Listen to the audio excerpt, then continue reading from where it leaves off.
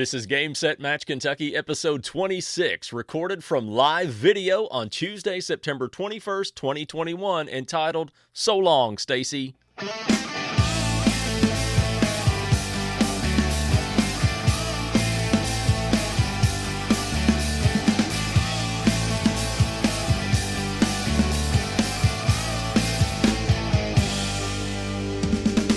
Hey everybody, it's time for another episode of Game Set Match Kentucky, where we talk about all things related to the Central Kentucky Tennis Series and maybe a whole lot more that you've never asked for. This is Tuesday, September 21st.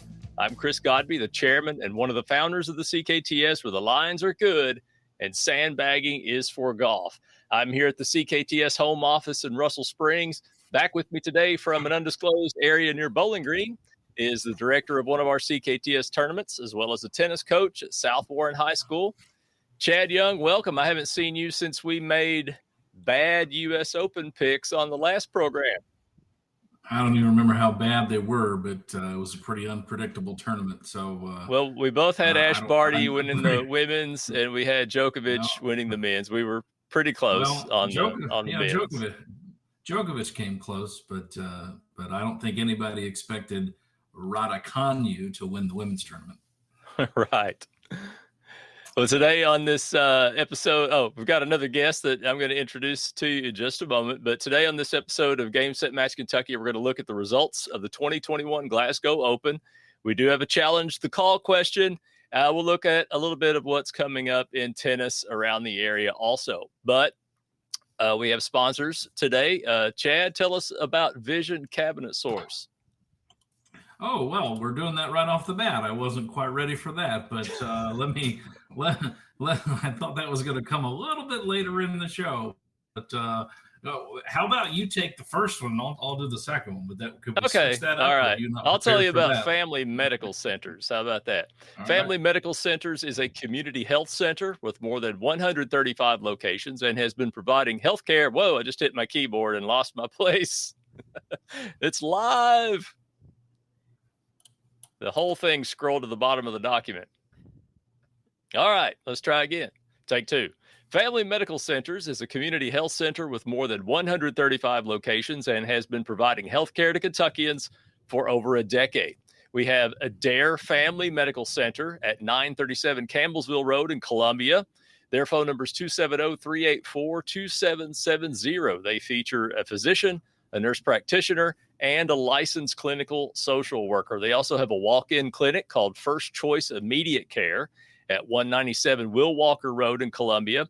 The phone number there is 270-384-9981. Also, Adair County Schools features Healthy Kids Clinics. So if you're looking for a medical home, make the clinics of Family Medical Centers your first choice. They provide primary care, school-based health care, behavioral health services, oral health services, telehealth, and both pediatric and OBGYN specialty care. For a complete list of locations and providers, check out their website at cfmcky.com. There's the web address. Is also sponsored, this podcast is also sponsored by Vision Cabinet Source, a kitchen and bath cabinet supplier that ships all over the United States and has for over a decade. If you're building a new home or renovating your existing home, Vision Cabinet Source can provide you with classic cabinet styles that are well-built and affordable. They have many different painted and stained lines of cabinets that are stocked at their warehouse in Campbellsville. In making these beautiful cabinets, they have a 17-step finishing process that assures top-quality craftsmanship. Go online and look at their styles and designs for yourself, and you'll agree that they do great work at an affordable price. Check them out on their website, visioncabinet.com, or you can call 270-465-3222 and tell them you heard about Vision Cabinet Source right here on Game Set Match Kentucky. Thank you, Chad, and thank you to our sponsors. Well, we've got several things to discuss tonight, but we have to begin with our friend Stacey Crowley's departure from USTA Kentucky. So I want to thank her so much for joining us on short notice.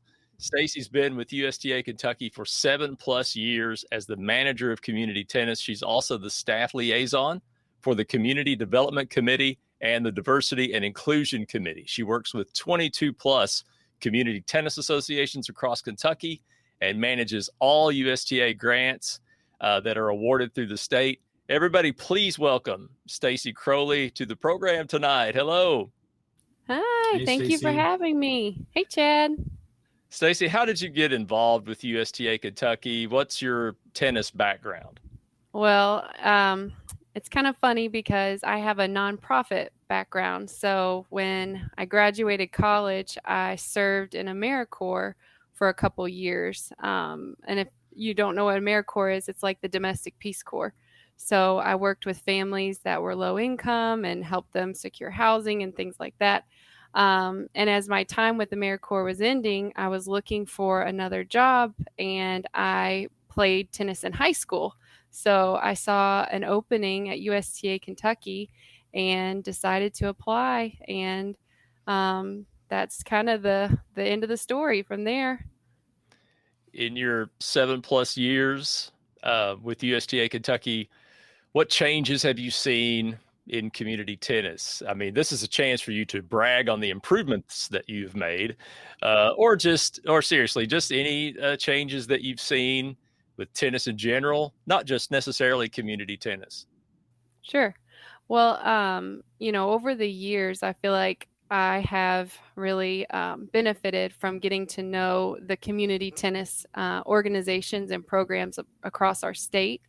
And I can say, in some ways, there is a positive that came from the pandemic in the sense that it brought a lot of people to the tennis courts, and returning players and new players. And that was a big call to our community tennis providers to help provide them with programs and resources as people got out on the courts. And I've just seen it's a USTA acronym, Community Tennis Association, CTA, rise to the occasion and just bring so many opportunities for beginners and for returning players, for social leagues, for more advanced opportunities, and of course, all the junior and kid play. So I just feel really fortunate to have gotten to witness that over the years, the building of those CTAs, their leadership, and then now watching the fruit of it as they serve these millions of players that are coming to the courts at the United States. So, well, Did you Stacey, find that? go ahead, Chad. I'm sorry. Did you No. find that it was difficult for what I would call tournament players and even league players in USGA to really understand the value of the CTAs and what role they play in the tennis community? I think that, Chad, that's a really good question. I feel like the CTAs don't get enough credit for all that they do. And I don't think it's a lack of appreciation. I think a lot of times it's a lack of knowledge about what a community tennis association is. You guys are both involved with them, so there's a board, there's board meetings, there's financials and annual reports, and all this administrative headache. And I have learned over the years that there's a lot of opportunity to educate adult league players and tournament players on just the heavy lifting that CTAs do to really make tennis accessible in their community. So I think that's a great point, and I hope that that's what we can continue to do at USTA Kentucky, is bring that knowledge and education, because it only builds community tennis. And I understand your position has already been filled. It has. Yes. Would you like me to elaborate? Tell Sure. us. Well, we are super fortunate because in our own office, we have Maddie Notoris, who's been with USTA Kentucky for 3.5 years. And I really could go on and on about Maddie, so I will just try to be brief.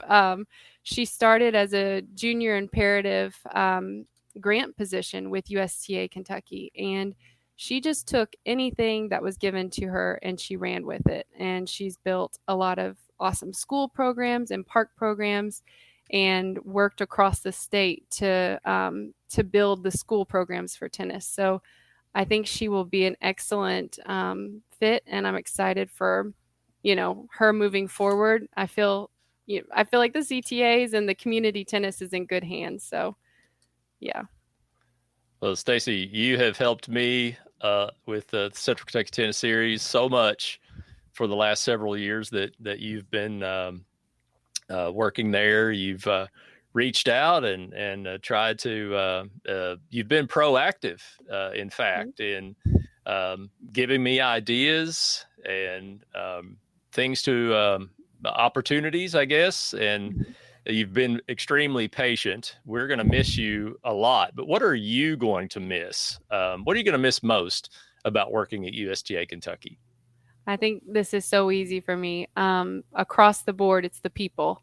If you haven't gotten to know our USTA Kentucky staff, you should get to know them.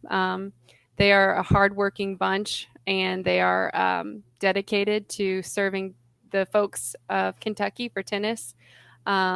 So that's at the staff level, but then I get to work with all these amazing volunteers, and I've built these amazing relationships over the years with folks that just really love tennis and love people, and it's evident. So it's a really fun job, and I will definitely miss that, and those conversations like I have with you, Chris, where I'm trying to get you to apply for a grant or think that there's an opportunity that you might really be interested in, or just it's endless. I will miss chatting with all the CTAs. Yeah, I'm sure they will feel their phones are a little quiet for a bit, but it'll pick back up. So yeah.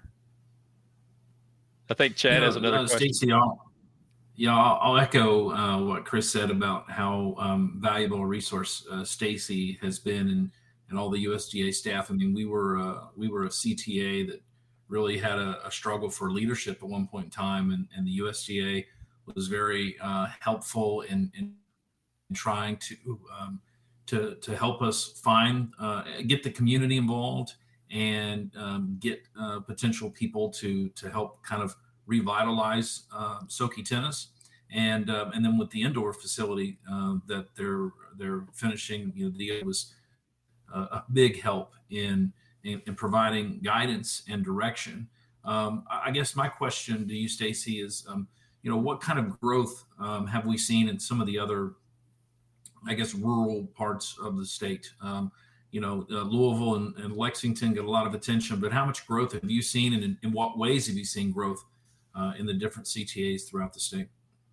Sure. Well, I feel like since there's 22 CTAs, I could literally go through and tell you the ways that I've seen each of them grow. But kind of a bigger picture way to look at it is the CTAs have rallied for their communities in terms of their facilities.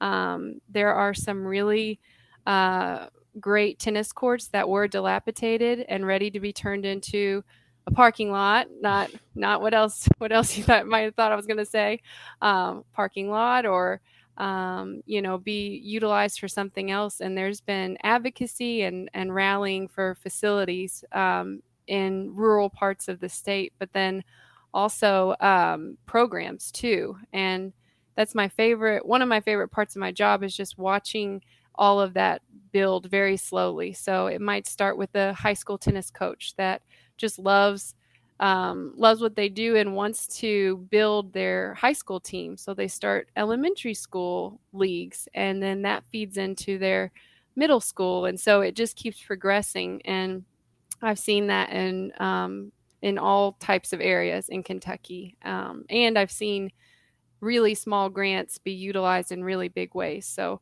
a $500 grant may not seem like a lot, but I've seen people take that and really creatively create a lot of opportunity in their community. So for sure. Well, Stacey, thanks again. Are you going to hang with us for a while? We're going to go through some scores and challenge the call question.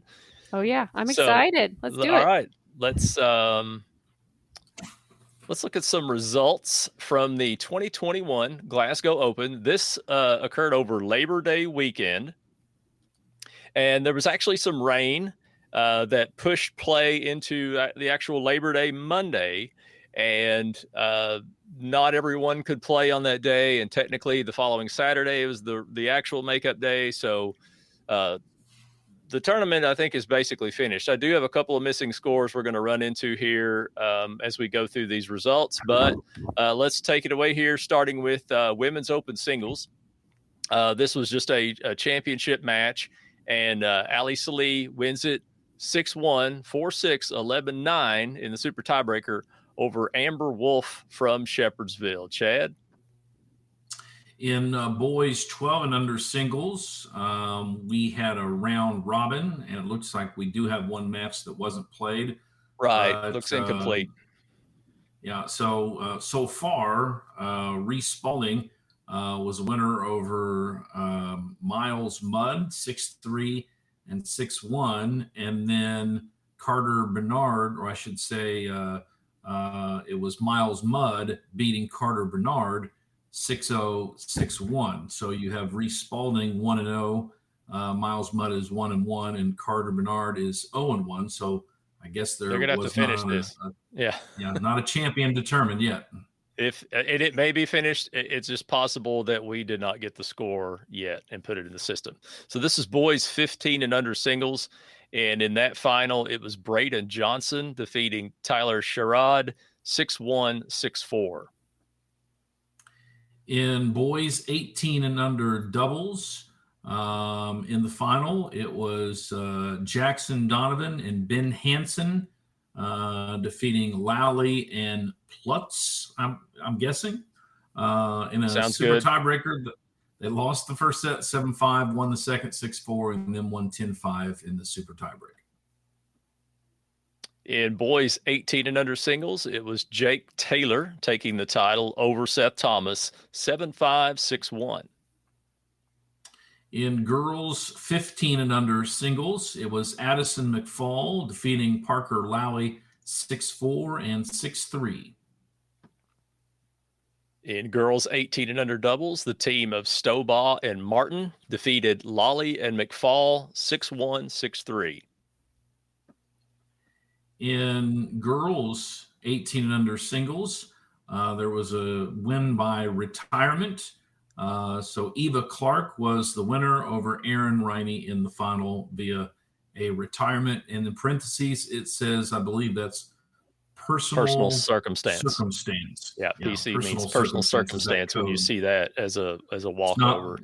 It's not politically correctness. No, no, not in this case. So what happened, and this is not the only time we'll see a result like that for this tournament, again, because of rain and because it's pushed into Monday, pushed into Saturday the following week. There are some people who just simply could not return to play and finish. And so they said, I'll just withdraw. And so that's what happened here, probably. The next one is men's 40 and over doubles. This is another round robin. We have the team of Lex Lindsay and Jody Bingham. They defeated Flickinger and Jenkins, 6-love, 6-love. They also defeated the Humphreys brothers, as we call them, but it's father and son, Steve and Don Humphreys, 6-2, 6-1. So Bingham and Lindsay, the winners in the men's 40 doubles division at the Glasgow Open. In men's 40 and over singles, it was also a round robin, and it was Hamza Sheikh, the winner. He beat Jackson Grover 6-3, 5-7, and then 10-8 in the super tiebreak. And then he beat William Flickinger 6-1 and 6-2. In men's B doubles, we have the team of Jared McDonald and Nathan McQuarrie defeating Burrows and Burrows, 6-love, 6-2. In men's B singles, we have Holden Bradburn. Oh, this sorry, is incomplete. I don't know that we don't have the score. Yeah, so it was either but it was Bradburn or Tomioka and June Tomioka in the final. Yep. In men's C singles, we have Kyle Williams taking the title at Glasgow over Charles Jamison Roberts, 6-2, 6-4. In men's open doubles, it was the Morosa brothers. I believe that's Eric and Nicholas who defeated McFall and McQuarrie 6-3 and 6-3. So McFall and McQuarrie making it to two finals there. Men's open singles, we have another. This is actually a walkover that is not being printed here, but Lucas McFall wins this one in a walkover, PC personal circumstance, over Justin Ham. So congratulations to Lucas McFall. Hey, scroll up a little bit. Sure. I want to see that semifinal score. What was the semifinal score for Ham? Wow, look at that one. He defeated Grover 11-9 in the super tiebreaker. So that was a good one as well. Yep, lopsided first set there. Yeah. In mixed 18 and over doubles, mixed B doubles is what I should have said. Young and Wolf in a super tiebreaker, defeating Barry Burrows and Cheryl Hensel 6-2, 3-6, and then 10-8 in the super breaker.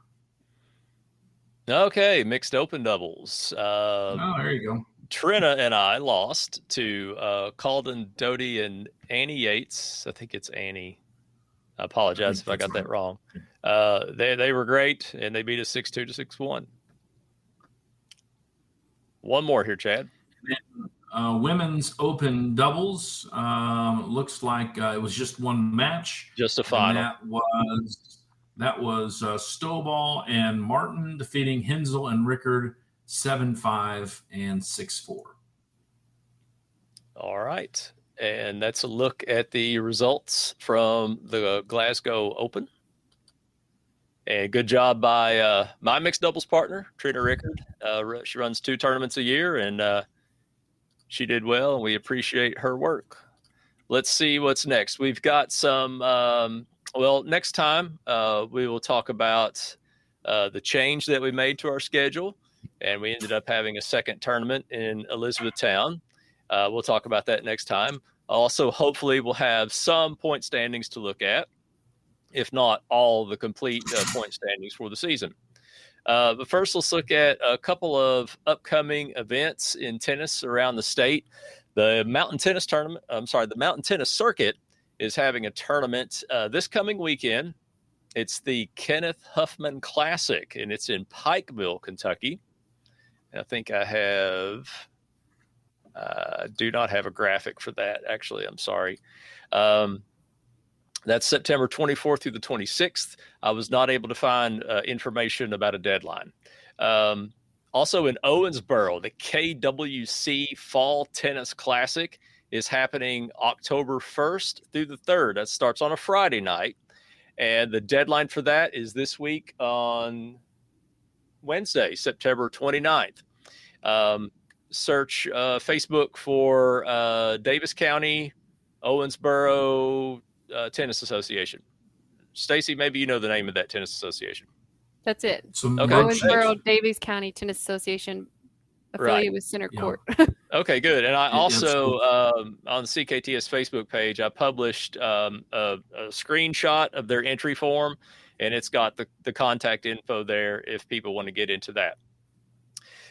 There's a lot of tennis action going on all over the Bluegrass State, and USTA Kentucky has the rundown for you. To keep up with USTA Kentucky, visit KentuckyTennis.com or on Facebook and Twitter at USTA Kentucky.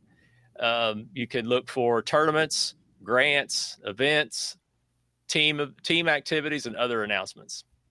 Speaking of tennis in Kentucky, we'd be remiss if we did not mention a tragic loss. 1 second here while I share that screen.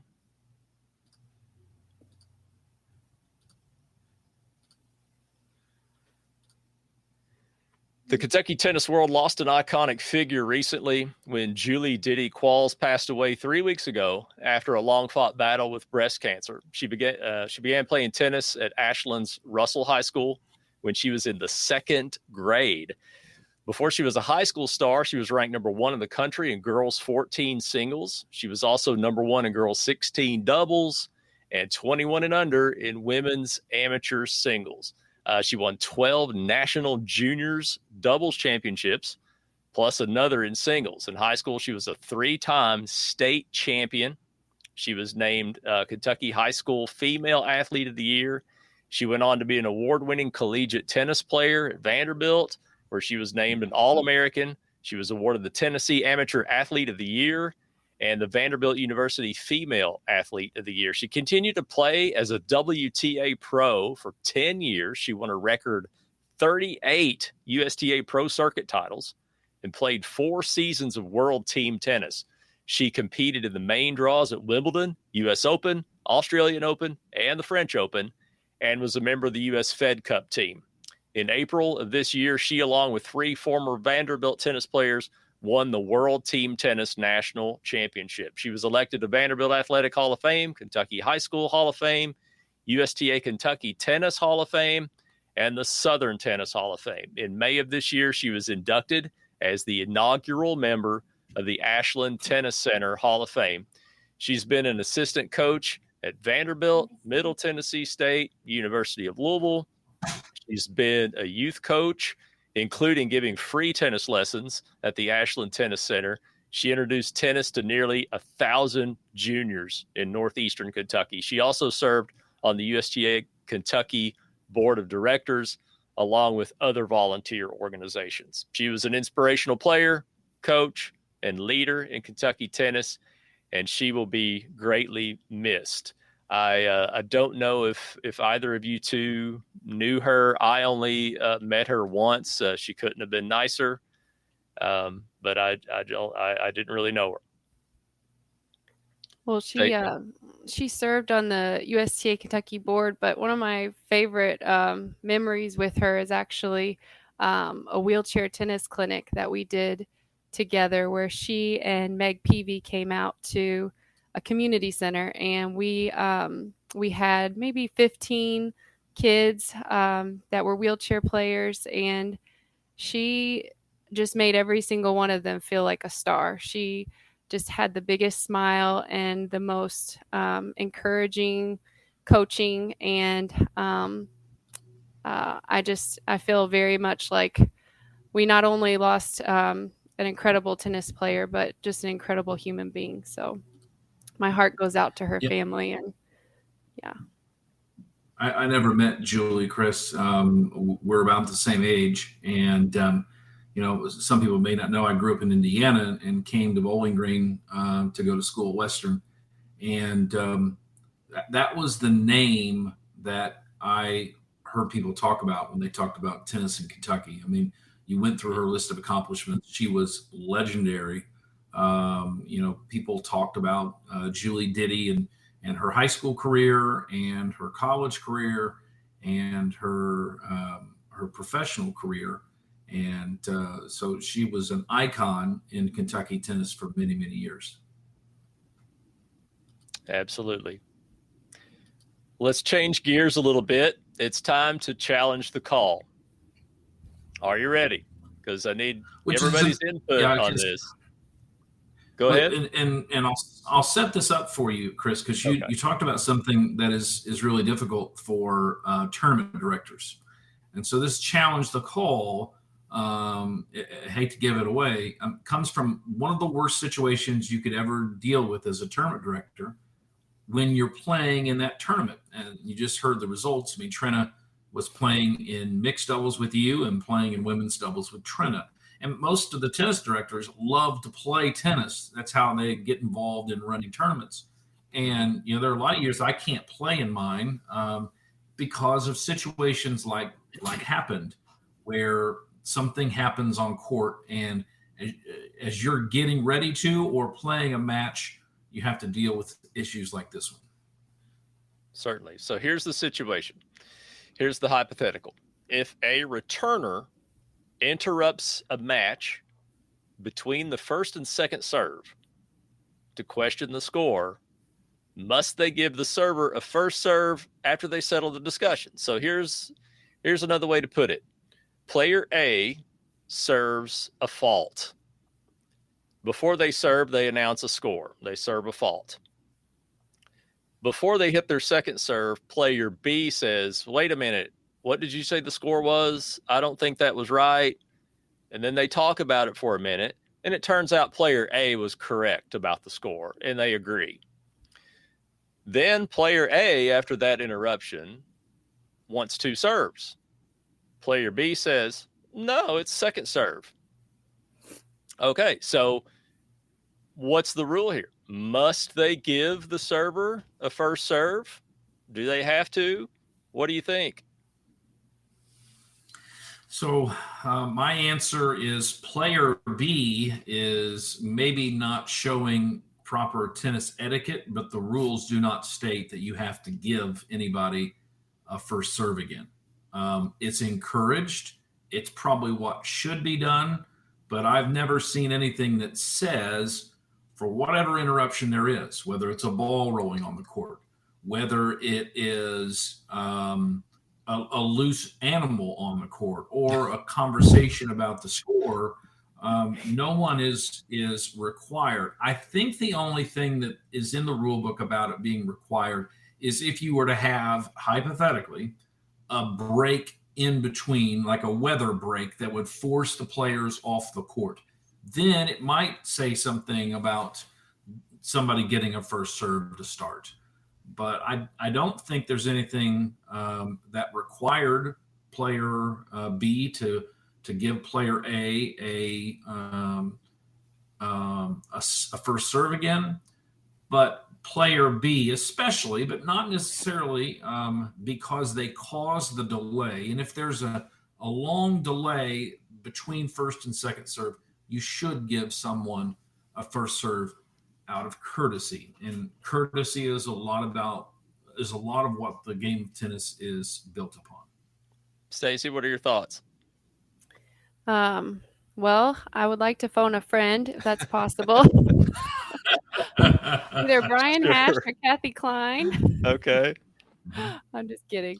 I mean, I feel like Chad really covered a lot there. So, He did.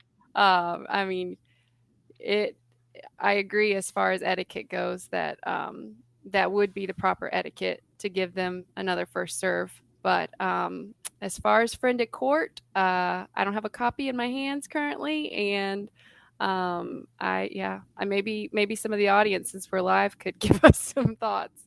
Yeah, I agree with Chad that it would have been the polite thing to do, especially when player B raises the question and they turn out to be wrong, and they accept that they were, that you're right. I was wrong about that question.